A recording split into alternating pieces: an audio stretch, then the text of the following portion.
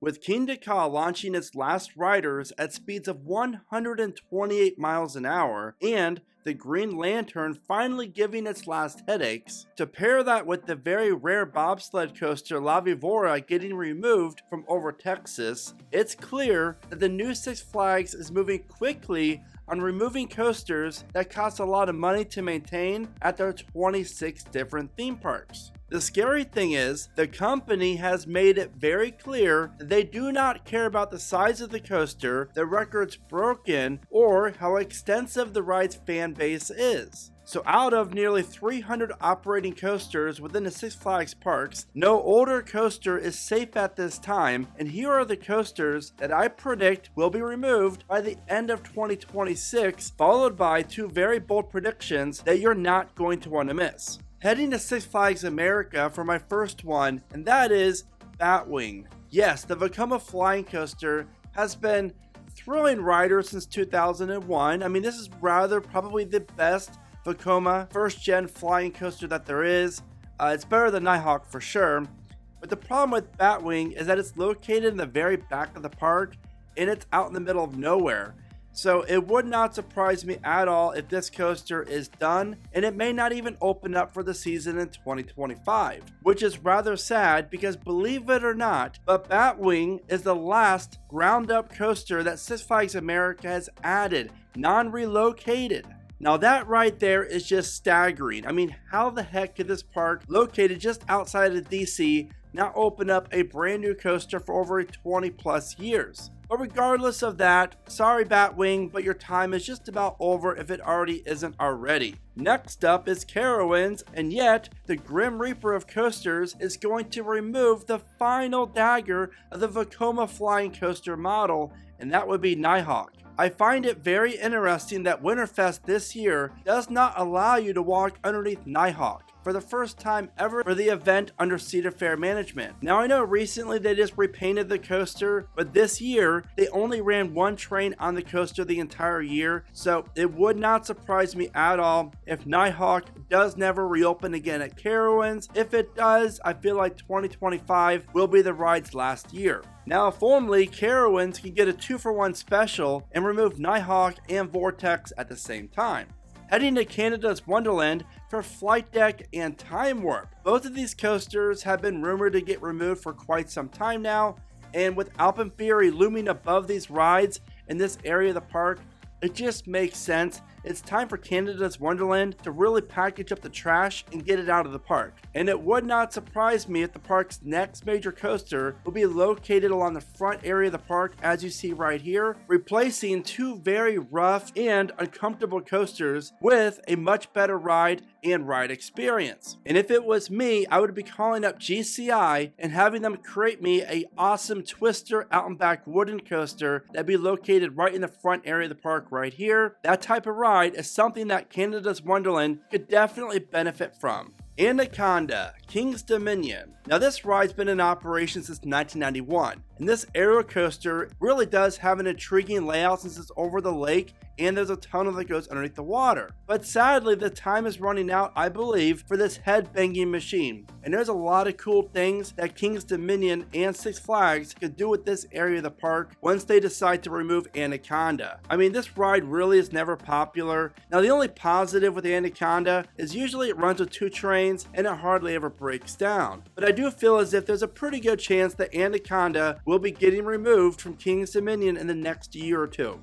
Now this one I'm very intrigued by, and we're going to head to Kings Island to talk about Invertigo, their Vekoma inverted boomerang coaster that has been operating since 1999. And the sad thing is that this model is the only one like it here in North America. But the really good news is that once Kings Island removes both Congo Falls and Invertigo, you're talking a very nice chunk of real estate for the park to really redevelop the front entrance, front gate, as well as action zone. Now what's really intriguing by this is that if the Vortex plot of land is going to be home to the brand new family thrill attraction that Six Flags just recently announced, then all eyes are on this front area of action zone for the Kings Island's next coaster. I firmly believe this. I could see the ride start off in the old Sunapee station and wrap its way around Timberwolf as well as go where Vertigo is. So we will see, but regardless, Kings Island really deserves a better ride that's going to greet the guests as they're walking in and leaving the park than sadly the Vekoma Inverted Boomerang. Now, if you're enjoying this video, then all I ask that you do is please take 1 second and give the video a like. That is by far the best way that you can help support my channel, Theme Park Brandon, and I really do appreciate you and that like. Now, warning, this next one's going to piss a lot of people off, but I have to say it.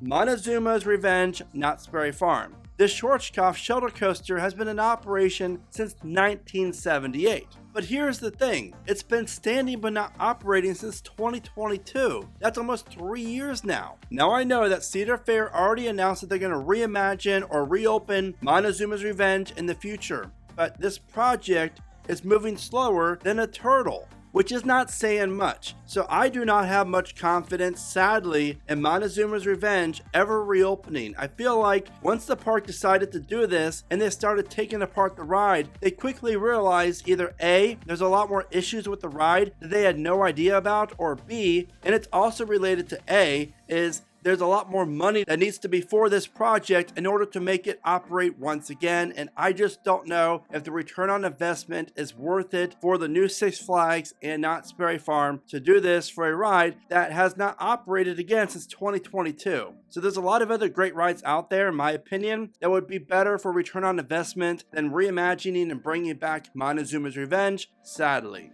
Another standing but operating coaster in California is Flash Vertical Velocity that's located at Six Flags Discovery Kingdom. And I really love these rides. If you're a fan of the channel, you know that. I've never been on this one, unfortunately, but I just don't see how the park goes from keeping this ride closed all the time to suddenly reopening it and operating it on a daily basis. That's the bad news. The good news is Discovery Kingdom, I feel like, has a decent future.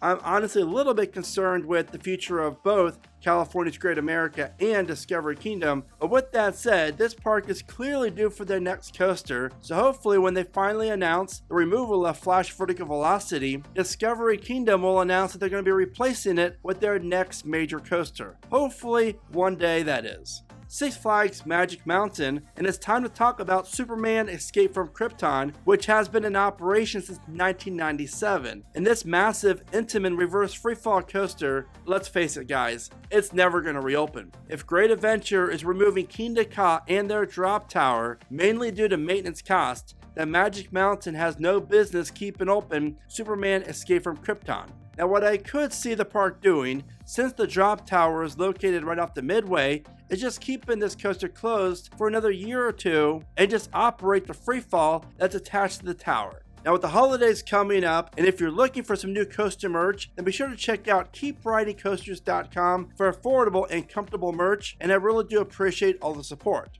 Flashback, Six Flags New England. This coaster, believe it or not, first operated in 1985. And to give you an idea of how old that really is, I was only 2 years old at that time. First opening up at Star Lake Amusement Park over in China, where it only lasted around 4 years. Then Kentucky Kingdom purchased the ride and opened it as Vampire and operated it from 1990 to 1999. So Flashback at New England has been giving people headaches ever since the year 2000. And honestly, I have no idea why this coaster is still in operation. It really is mind-boggling to me, especially when the park is opening up a brand new Intamin multi-launch coaster in 2025. It looks awesome, but let's face it, this coaster could have been so much larger and even longer if it used up the plot of land that's occupied by Flashback. Come on, New England, you know no one really likes that ride. It's not very popular. It is time to just say goodbye and remove it.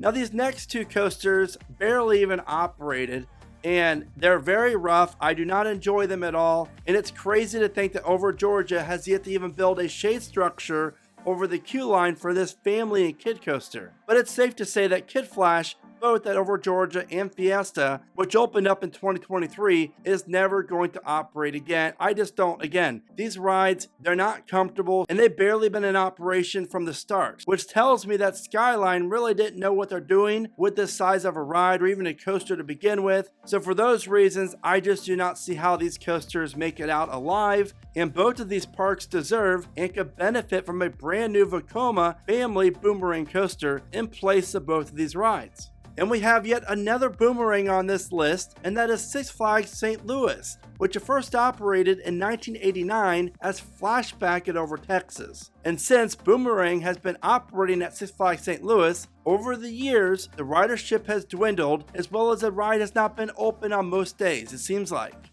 Now, if there's a park out there that desperately deserves a brand new coaster, St. Louis is one of them, and this would be a nice area to at least have part of the ride be located at. So if you're a fan of Boomerang at St. Louis, I'm sorry, I just don't see how the future holds for this ride at the park. I think it's going to a scrapyard very, very soon. Now it's time for two very bold predictions, and I know I might catch some hate for this, and that's okay, because we are all allowed to have our own opinions, so please respect mine, and I will always respect yours. But the first one is X2 Magic Mountain. Now recently I just created a video as to why I feel like X2 really is on the chopping block and what the park could do to replace it with and make Magic Mountain great again. So be sure to check out that video right here, and you can find a link to that video in the description of this video.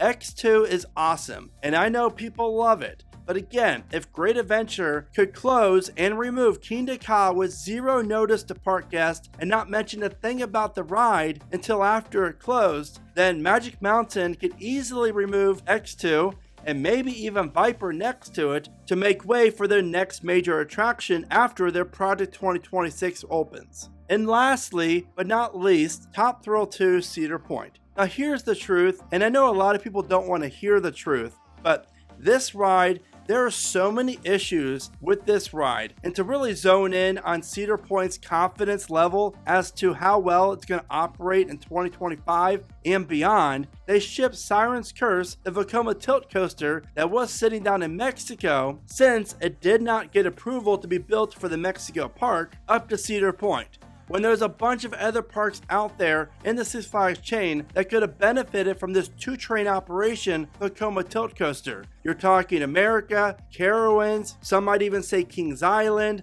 Valleyfair, Worlds of Fun, Six Flags Discovery Kingdom, and Six Flags St. Louis, just to name a few. But yet here we are, Top Thrill 2 opened up in 2024, Siren's Curse 2025. Again, if Top Thrill 2 does not have a successful year in 2025, especially if the coaster does need new trains, do you really think Cedar Point is going to want to keep on dumping in millions and millions of dollars for this coaster? I mean, there's a chance that they do, but in the end of it, there's a lot of great coaster models out there that could do really well in that giant plot of land for Cedar Point. Now, if you're like me and you love to take coaster road trips, then the video at the bottom of your screen is where I showcase with you 10 of the best coaster road trips that you can do here in America. So don't forget to check out that video. With that being said, what coasters in the Six Flags parks do you think will get removed and when? You know what to do. Let me know in the comments. As always, this is Theme Park Brandon. Thank you so much for watching. Remember to smile today, think positive, and keep riding coasters.